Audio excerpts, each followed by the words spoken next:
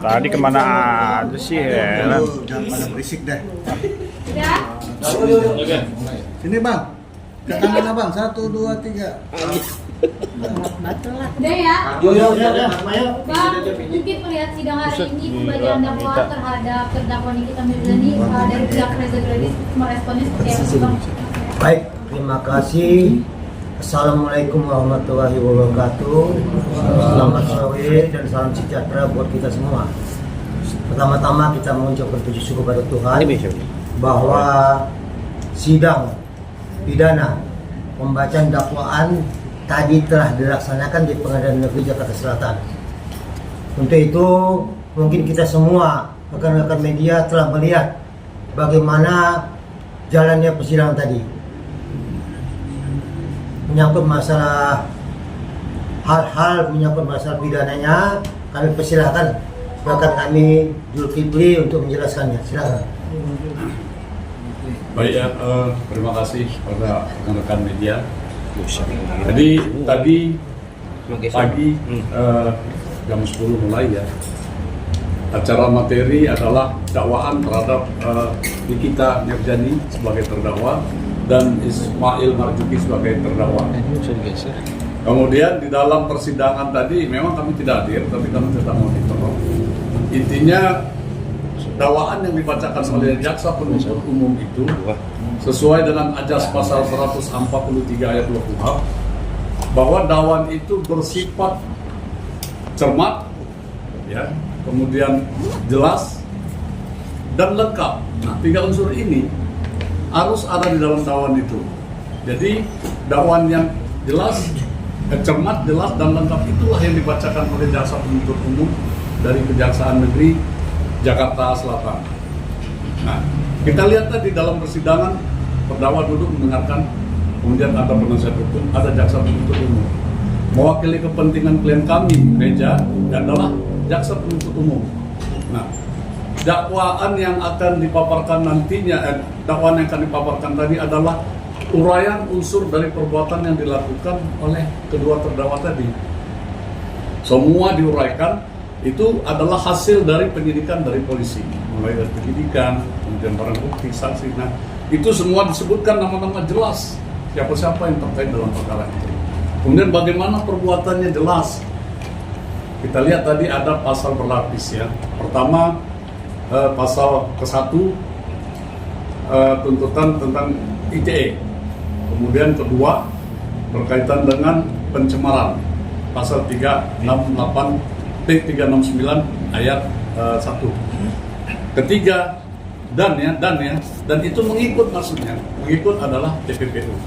Jadi 3 dakwaan, 2 berlapis, 1 TPPU itu sudah jelas dan kami yakini itulah fakta perbuatan yang dilakukan oleh kedua terdakwa tadi, sehingga hakim pun mendengar apa yang dibacakan oleh jaksa penuntut umum.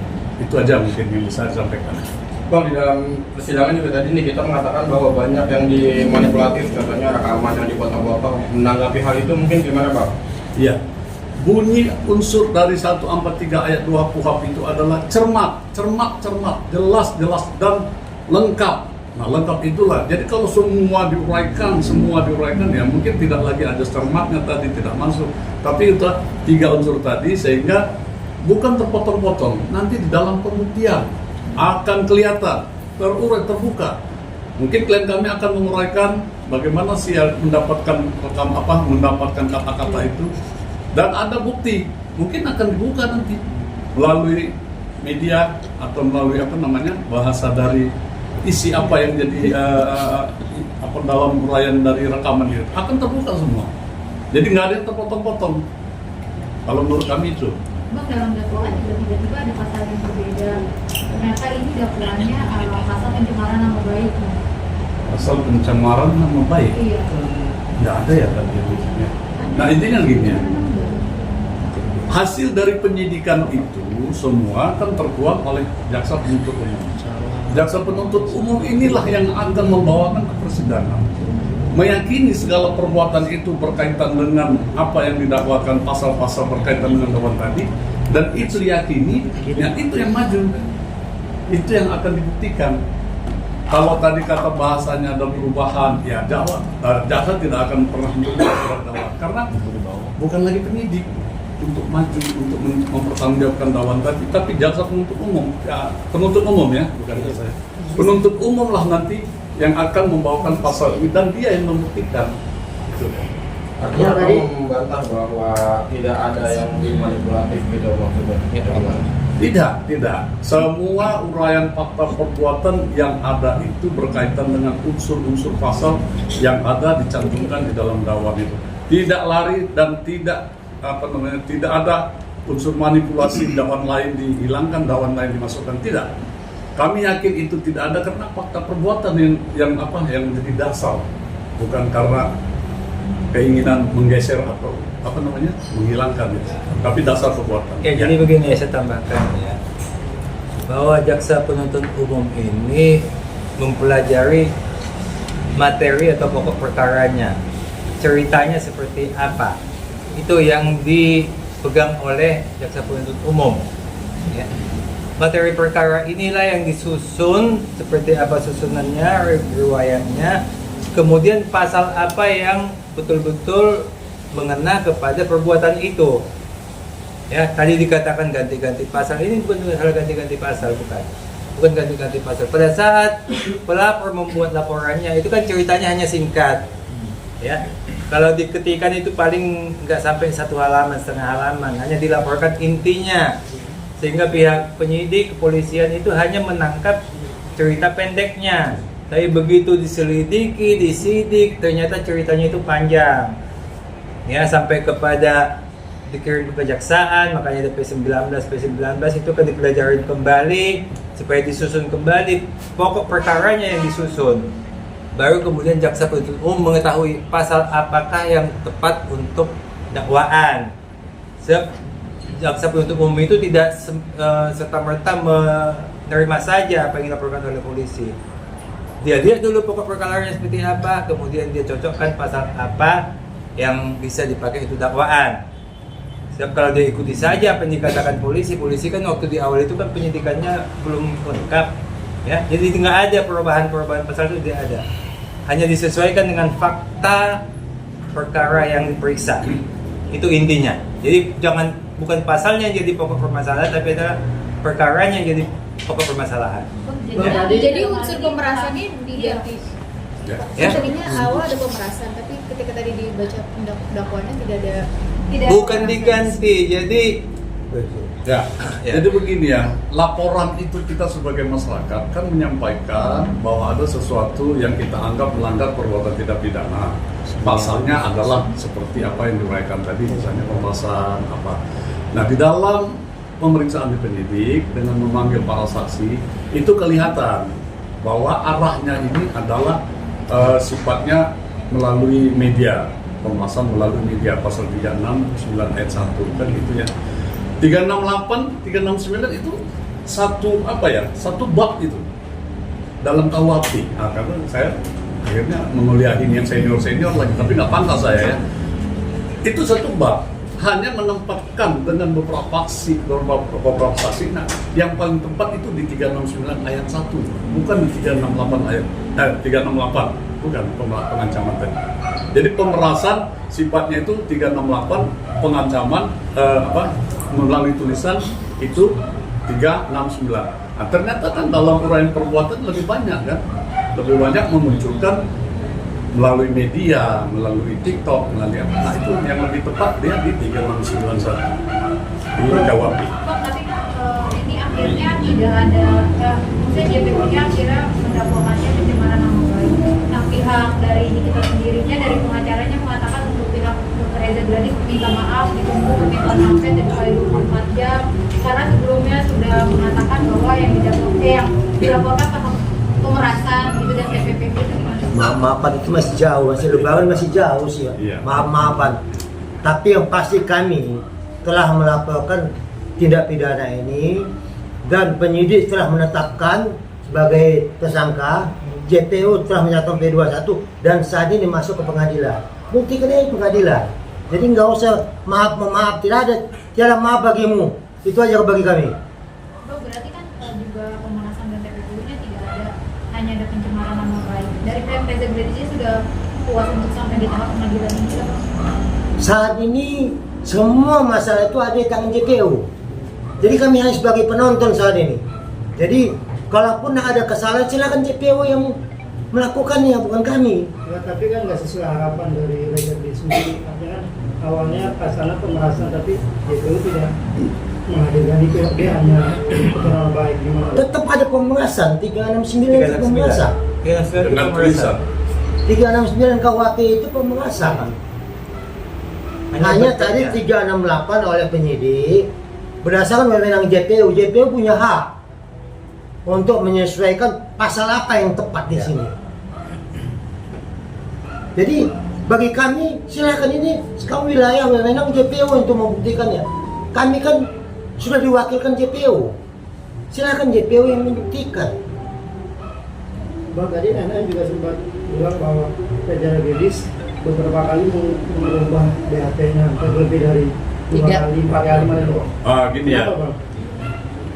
Kalau itu yang jadi masalah, berita acara pemeriksaan itu bersifat rahasia. Tidak siapapun boleh mendapatkannya. Itu ya, ingat ya. Apalagi tersangka, itu tidak bisa. Itu fatal.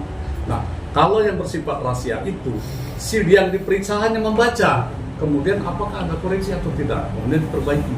Nah, setelah diperbaiki tanda tangani. Nah, sudah selesai.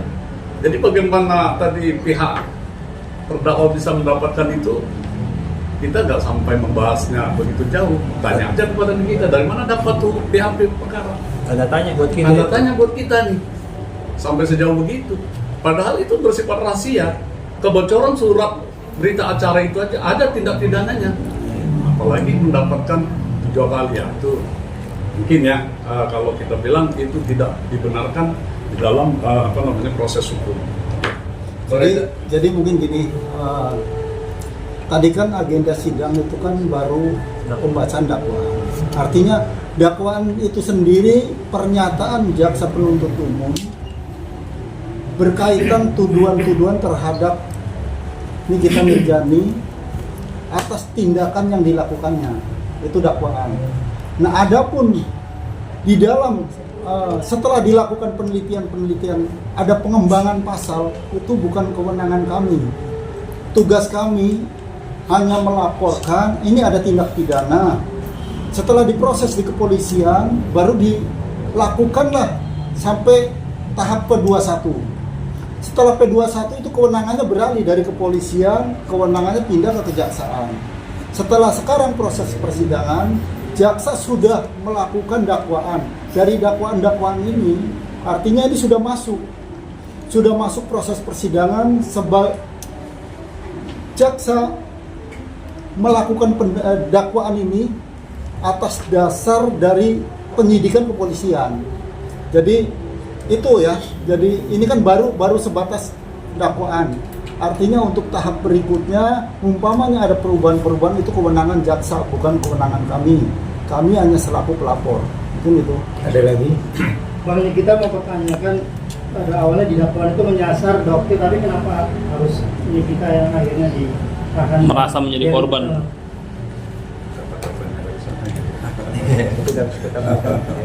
Ya.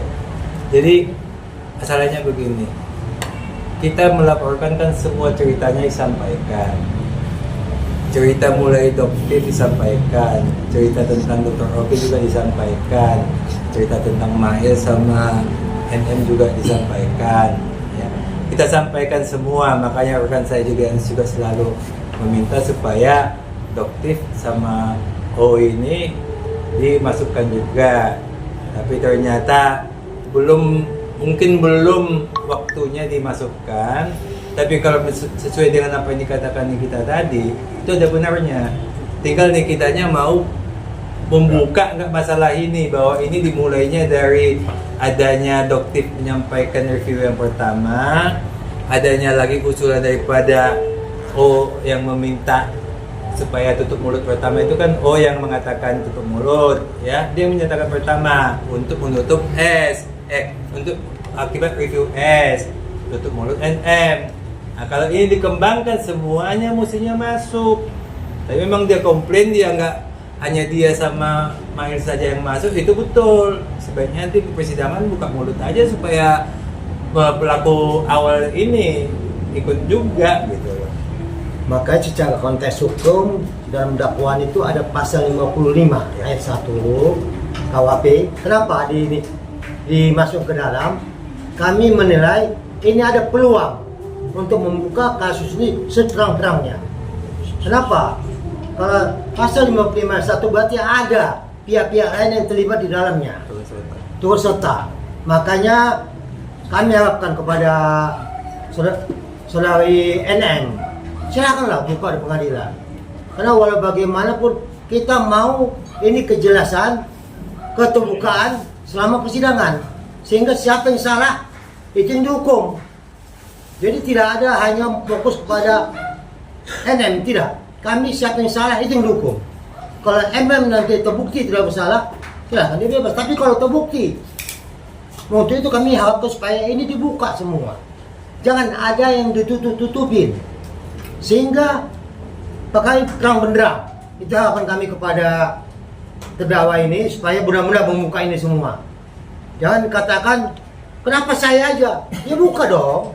Supaya ini jelas kasusnya. Itu aja mungkin. Bang, tadi setelah persidangan juga kita sempat ngamuk ya karena diduga dihalang-halangi oleh pihak JPU, mungkin menanggapinya seperti apa? Merasa dihalang-halangi? Kalau itu biasa lah, terdakwa kan biasa sensi kalau kayak gitu. Jadi kita nggak usah terlampau.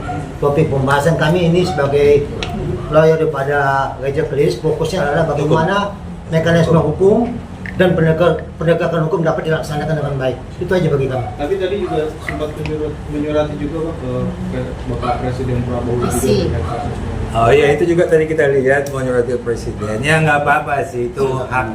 Itu kan hak untuk menyampaikan kepada presiden. Tapi kan sudah kami hadapi juga masalah komplain terhadap produknya Lavisa. Tadi kami ke Polda ya untuk adanya laporan 4 korban.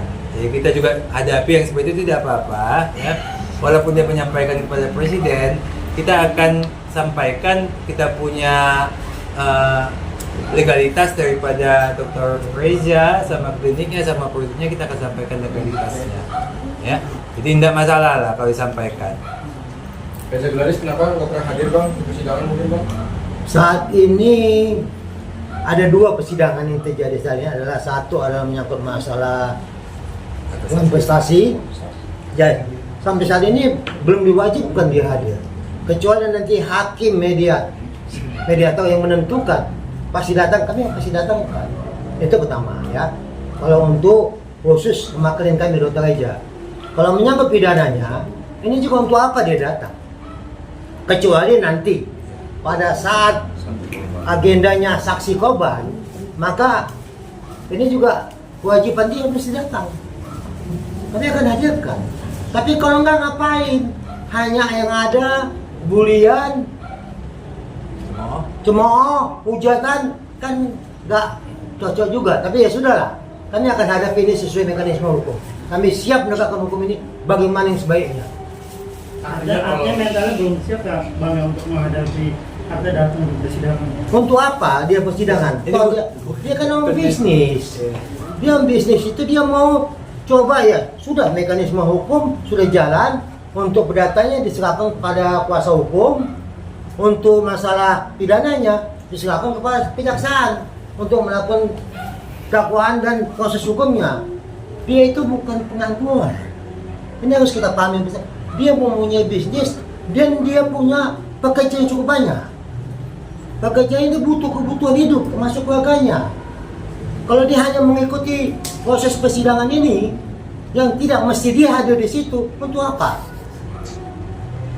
Kondisi saat ini bahwa situasi perusahaan yang akibat gonjang-ganjing permasalahan ini jelas omsetnya menurun.